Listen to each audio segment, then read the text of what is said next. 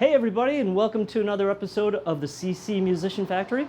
My name's Joe Garza with Charlotte County Libraries and History, and we are at the All-Star Sports Grill here in Port Charlotte, and we're going to interview a special guest today. His name is Panda Pete Schumann, and let's go inside and find out why they call him Panda in the first place. Come on. Hi everybody, and welcome to another episode of CC Musician Factory. Our special guest today is Panda Pete Schumann. Yay! Good to see you, sir. Hey, Joe. So I know everybody's dying to know, why do they call you Panda Pete? I know why, but tell them why. There's nothing real special. It's kind of a silly thing. When I started coming down here about 5 years ago, I split my year between Michigan and Florida, 6 months each, because I'm a full-time musician, and once it gets November in Michigan, there's not much going on. It slows way down. Anyway, everybody had goofy names, and you have to have a stage name. It's like, I just went by Pete, And I said, so I started out by saying, I'll be like Fat Pete. My girlfriend's like, no, you're not going under Fat Pete. Then I said, how about Manatee Pete? I'm kind of shaped like a manatee. I'm kind of strangely shaped. And, she's like, no, nothing like that. I said, well, so I used to have a gig, I used to have a duo named Mystic Panda. And so I just took the Panda from that. It's Panda Pete. So it's a cutesy thing, and now it's on my business cards, and I have a little logo. So I'm totally bought into it now, whether I want to or not. It's totally cute. I think the kids at home are going to love that logo of yours. So. Well, that's the thing. It's not really, not that I can't do kid shows, yeah, but I'm not a child performer. So sometimes it gives that childlike, I'm not looking to do that all the time, Yeah. Oh, well. Okay, well, let's get back to the beginning and your background.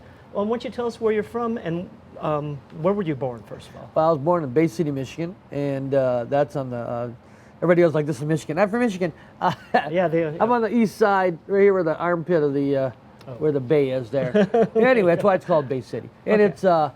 It's about 25 minutes from Frankenmuth. Everybody knows where Frankenmuth is. Okay. It's north of Frankenmuth.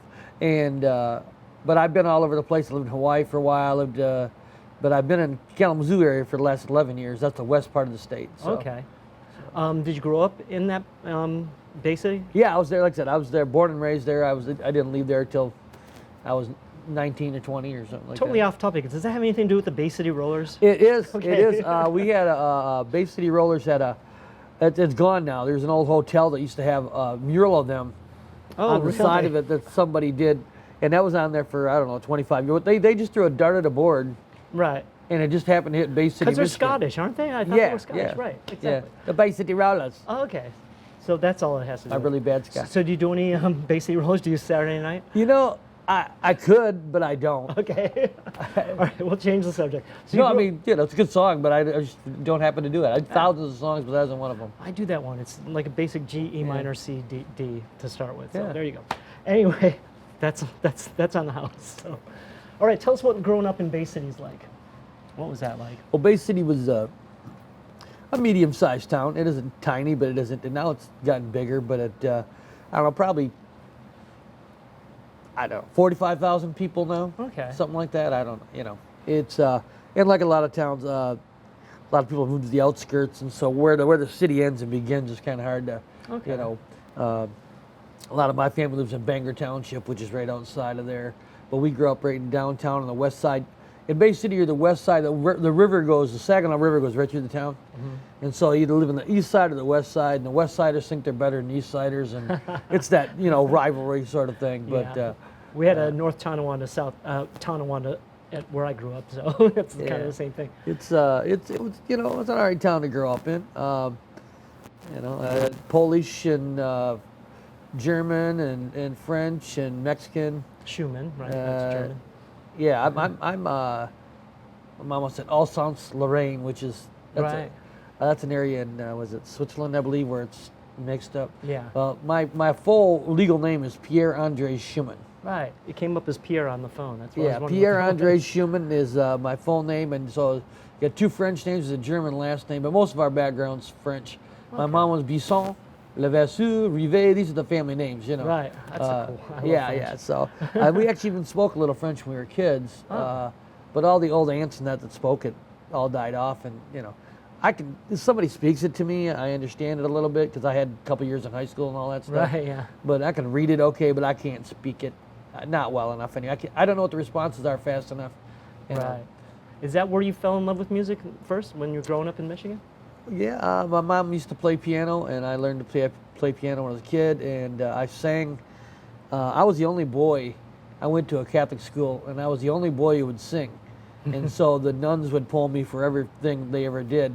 So from the time I was like in first grade till, 8th grade, I was in every production we had. Oh, so that's great. it was a Christmas show or Easter show or whatever. I would get Panda Pete. So how old were you when you started piano lessons? Geez, I don't know. 10 maybe. Okay. That's a good age. I went for like 2-3 years, and then I thought I was too cool, so I stopped with the lessons. And then this funny thing happens: you stop playing, and when I started performing, I said, I should play piano, but I've never been able to get up to serviceable speed. I mean, I went from playing, when I was a kid, I played like some Bach and Beethoven and stuff. Now it's like Mary Had a Little Lamb was a problem, and I used to be a fairly good sight reader on music, and now I'm really not. I put the chords.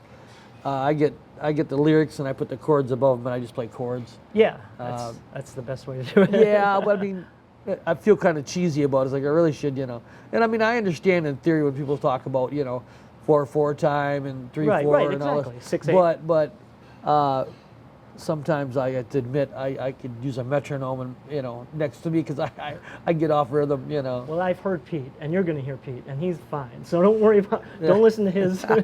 he's just trying to lower the expectations. Yeah. So when did you? Who were some of your early influences? The cool thing about our house is I was the youngest of 6 kids, and my mom and dad were a little older when they had. I was a surprise baby. I was the youngest. I don't think at 38 or whatever my mom was, she was expecting to have one more child, and here I am. And I was a preemie. I was 2 pounds 6 ounces. So Wow. they didn't first think I was going to survive, and then they brought me home and they said, I don't remember this, of course, but they said I was small enough to fit in a shoebox. So, wow. And not a very big one, I guess. But anyway, my mom and dad liked swing music and all that. They listened to Dean Martin, Frank Sinatra, all that stuff, Cool. and String of Pearls, and all the big orchestras. And then my older brothers all listened to rock and roll, Bachman Turner Overdrive, and all that sort of stuff. And then some people in the family listened to Motown. I love Motown. Yeah, me too. And my sister listened to all the pretty boys, the Osmonds and all the teenage heartthrobs. So all that stuff. And then I didn't really learn much country and stuff till I got later on in life. I had friends that introduced me more and more to it as I got in. Probably was the 80s or later before I really listened to any country at all. Artists like Dwight Yoakam, maybe? And Yeah, Dwight Yoakam, Garth Brooks, that sort of stuff, plus the older, Frank Sinatra. No, Country. not Frank Sinatra, I was going to say senior, Hank Williams Sr. Oh, and, yeah. And Junior a little bit, although, I like a few of his songs. I'm not a Yeah. wild fan of his. Have you heard but- Hank III? Yeah, he's very grunge country. I mean, he used to play a lot of the places I used to play in Georgia, so they used to cross paths out there. I don't know him that well, but I have seen a few of his videos and that, and Yeah. he seems pretty cool. So you got a country background. That's cool. Well, like I said, a little mixture of everything. And when I play out, whatever people want to hear, I try to do. I do everything from Frank Sinatra and Dean Martin and Tony Bennett, and then I'll do Beatles. I do a lot of Beatles down here. Cool, me and, too. And it's funny before I started coming, I'm talking too fast. Before I started coming down here, I might have played 2 Beatles songs, and now I play like 40, I think. Cool. But I don't have them all memorized. Yes, I you go to didn't see even- me, you'll see a tablet. I have a tablet. I do cheat. I can play about 2 hours off the top of my head, but I can't play all day long. I have friends that can do that. I can't do it. Right. I either forget the chords or the lyrics, or sometimes both. You see what I do? I got like a list of 200 songs, and I just kind of look down and like, oh, I'll play that song. Well, it's fairly small. My thing's only this big, and it fits on my. I've seen it. And usually, if you're like me, once I play the first couple chords, then my brain kicks in. I really don't need to look at it.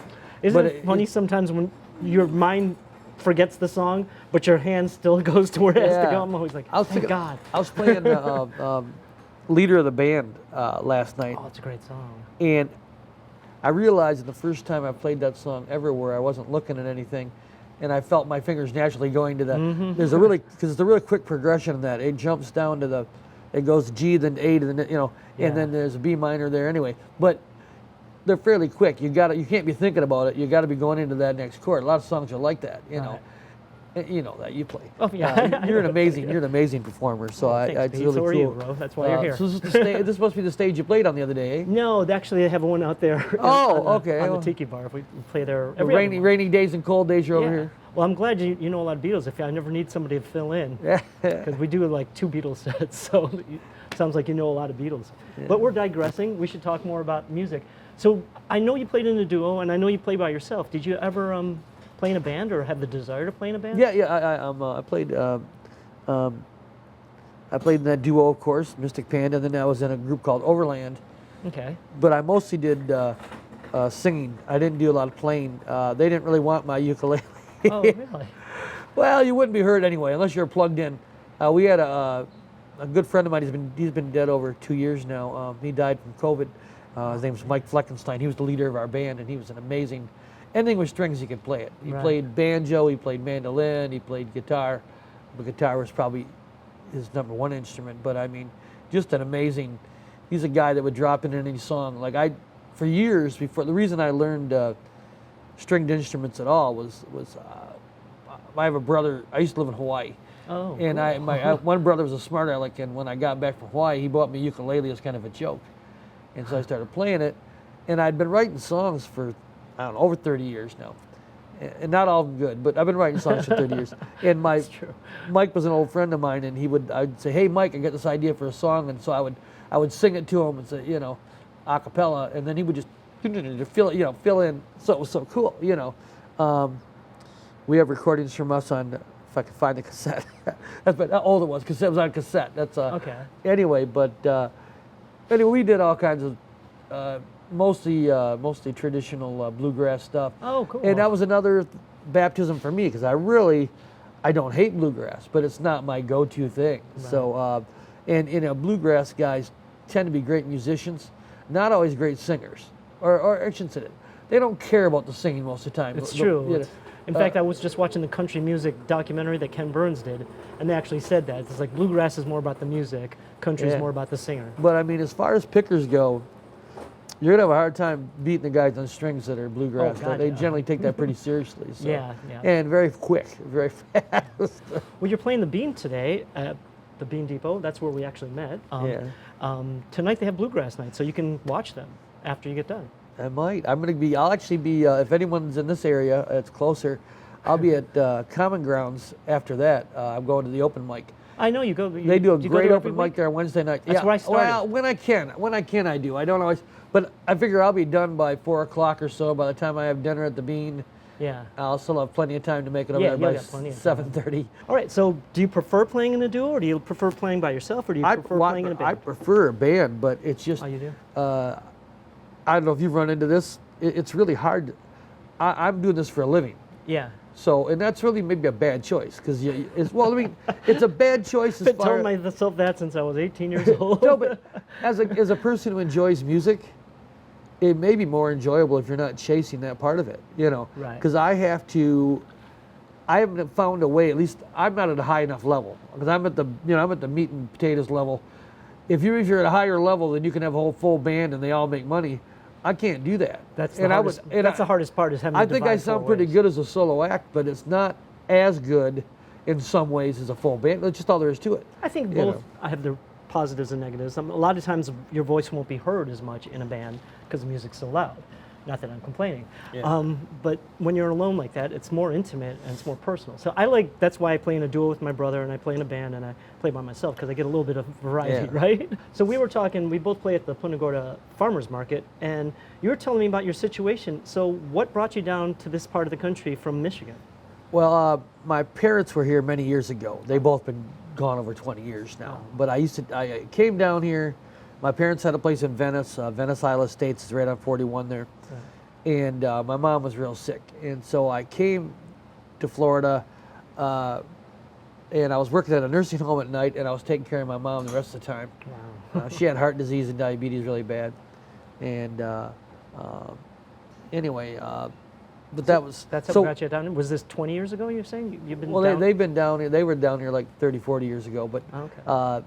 but when I was looking for a place to come, I knew the streets and I knew the area, and I knew my brother had bought a place and he's gone now too. He died 3 years ago from I'm sorry, man. post-cancer complications. But anyway, but I knew the area, and so I knew what I was looking for, and I wanted somewhere I could go in the colder months where there'd be people and I could play, Yeah. And I knew it was fairly, there's a fair amount of places that, I do the low fruit and high hanging fruit. I mean, I do bars, I do ice cream places, I do I know, coffee I saw your houses. schedule. Yeah, I mean, people get lost in it, but I mean, everywhere I go, I make a living. Right. Just some things are more glamorous than others, but it doesn't.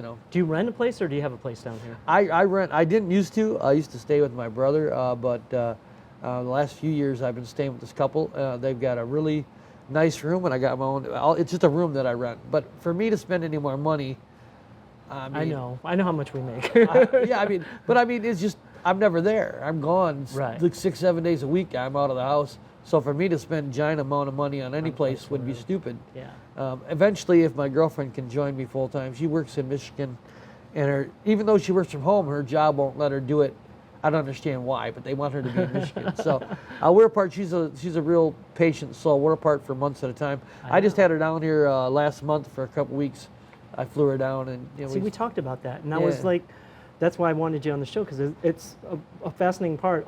As a musician, you're away from the people you love quite a bit. I spent a lot of years on the road, and a lot of relationships pretty much ruined because of that. So I wanted you to touch on that. Has that been an inspiration for songs? You write songs of longing? Oh songs about missing I people? do. Most of them aren't any good, but yeah, no, but seriously, I mean, anybody who writes songs. Talk about underselling yourself. Well, man. no, but I mean, I've probably written 1,000 songs, Yeah. and out of those, there's probably a couple dozen that are pretty decent songs. Well, that's enough for two And sets. and when things I thought were good when I first started writing years ago, I go back and play them. Oh, that was awful. Oh, and so you gotta be optimistic and willing to do things. I enjoy songwriting, even if I Right. don't do anything with it. I enjoy it, and one of my favorite things it shows is I'll just make up a song, especially if I'm playing an ice cream place and there's little kids there. Oh and yeah, kids love little that. Bobby comes up and says, "What's your name, Bobby?" "Bobby's my buddy." I'll do a little simple little song Right, for yeah. Bobby, and the parents love it, and they put extra money in my tip jar. I don't do it for that reason, but it It what are you doesn't gonna do? hurt. Yeah. Same thing with the shark song. I learned that stupid shark Oh, song. you know the Baby Shark? That's why Oh, you were playing it. That's why I yeah. left. Because Yeah. you started playing that song and I left. I played this. I'm going to do a quick diversion. I swear it won't take long. I got asked to, this lady took my card, which people do all the time, and usually I never hear back from people ever again. I print these cards, we all do, but I'm always wondering really how useful they are. Right. Because there's your number on it and stuff, but half the time people don't get back to you, or more than half the time. Way more. And, yeah. And so this lady calls me like a week later and says, "Hey, yeah, I told you I worked at the Y, and we've got this Valentine's Day thing for the kids. We want you to come play."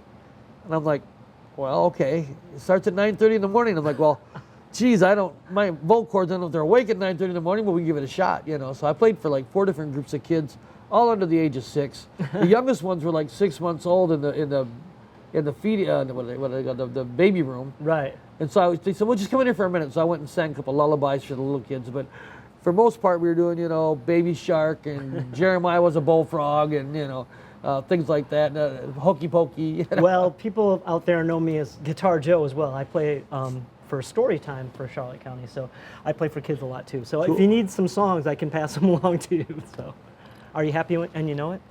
Yeah. Let's talk about your writing process then. So, what kind of things inspire you? Is it? Boy, it just depends what day of the week it is. I used to just whatever hit me, and now I've gotten. I listen to enough people that are songwriters that are really good songwriters, like Paul McCartney and people like that. Yeah. And they say you gotta work at it every day. You gotta treat it kind of like a job. Yeah. And so I give myself assignments now. I'll say, okay, I want to do a song funny in this mention that. style, or a song about this subject, Right. or.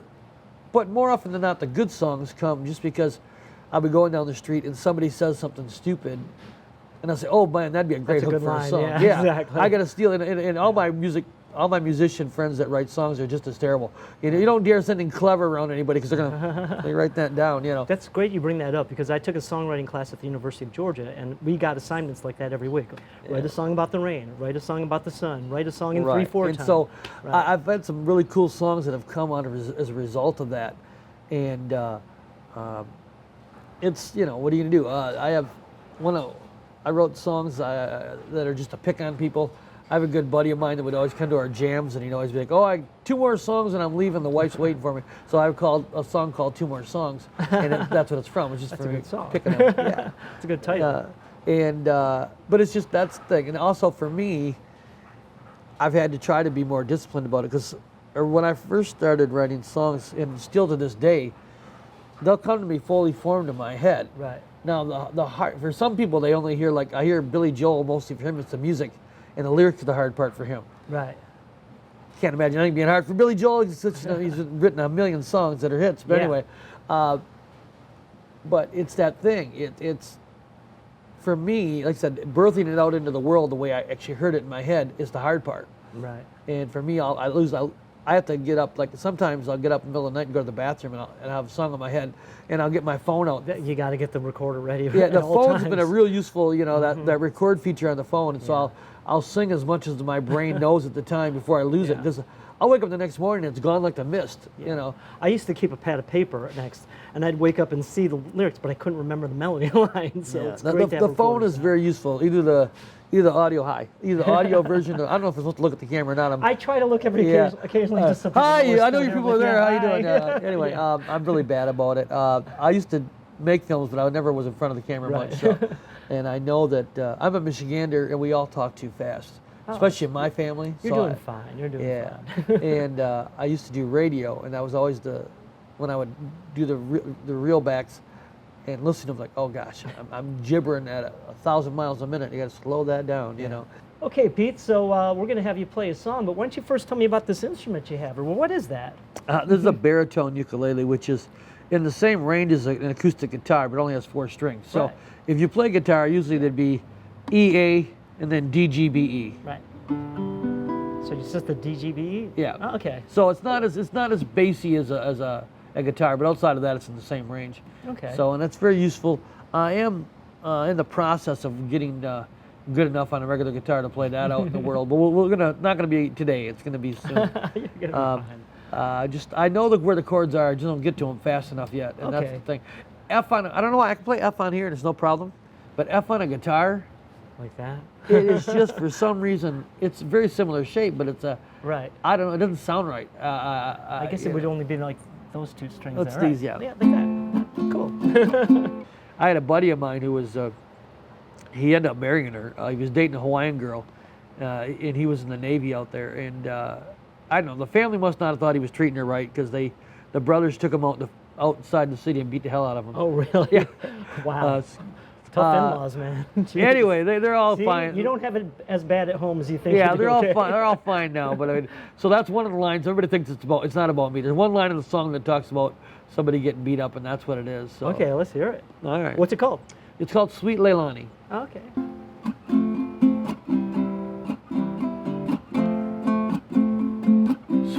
Sweet, sweet Leilani,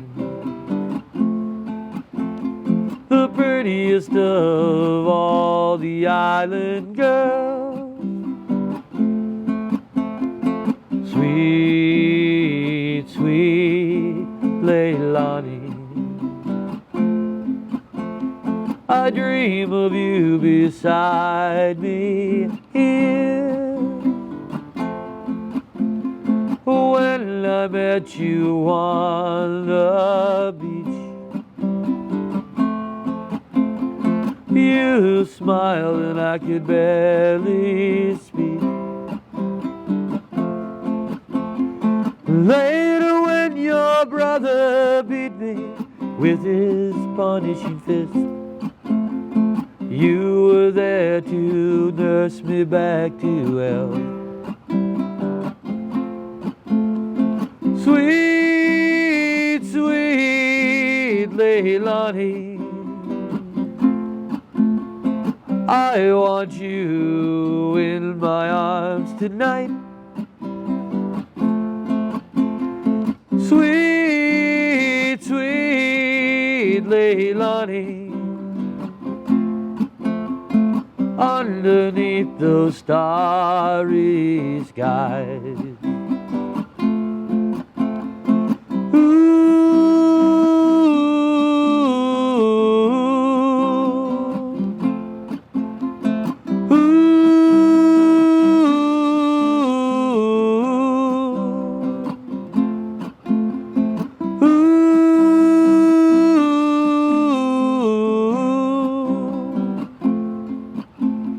Won't you be my only girl?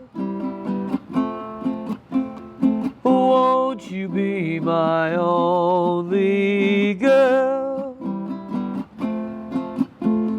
Won't you be my only girl? Thank you, thank you. Panda Pete, thank you so much. I got 2 follow-up questions. Are they still together? Who? Your friend? As far as I know, I mean, Okay. I haven't been in Hawaii in 2009 was the last Okay. time I was there, and they were still together then. But I need to know specifics. Why did they beat him up? He must have done something. I just think that he was moving too fast. Oh, okay. I think at the time he was like 24 and she was like 18 or 19 or something, and you know. Tough crowd. Yeah. Well, that's another episode of CC Musician Factory. Thanks again for coming by. We'll be back again, same time, same place. Once again, my name is Joe Gerzo. Take it easy, Charlotte County.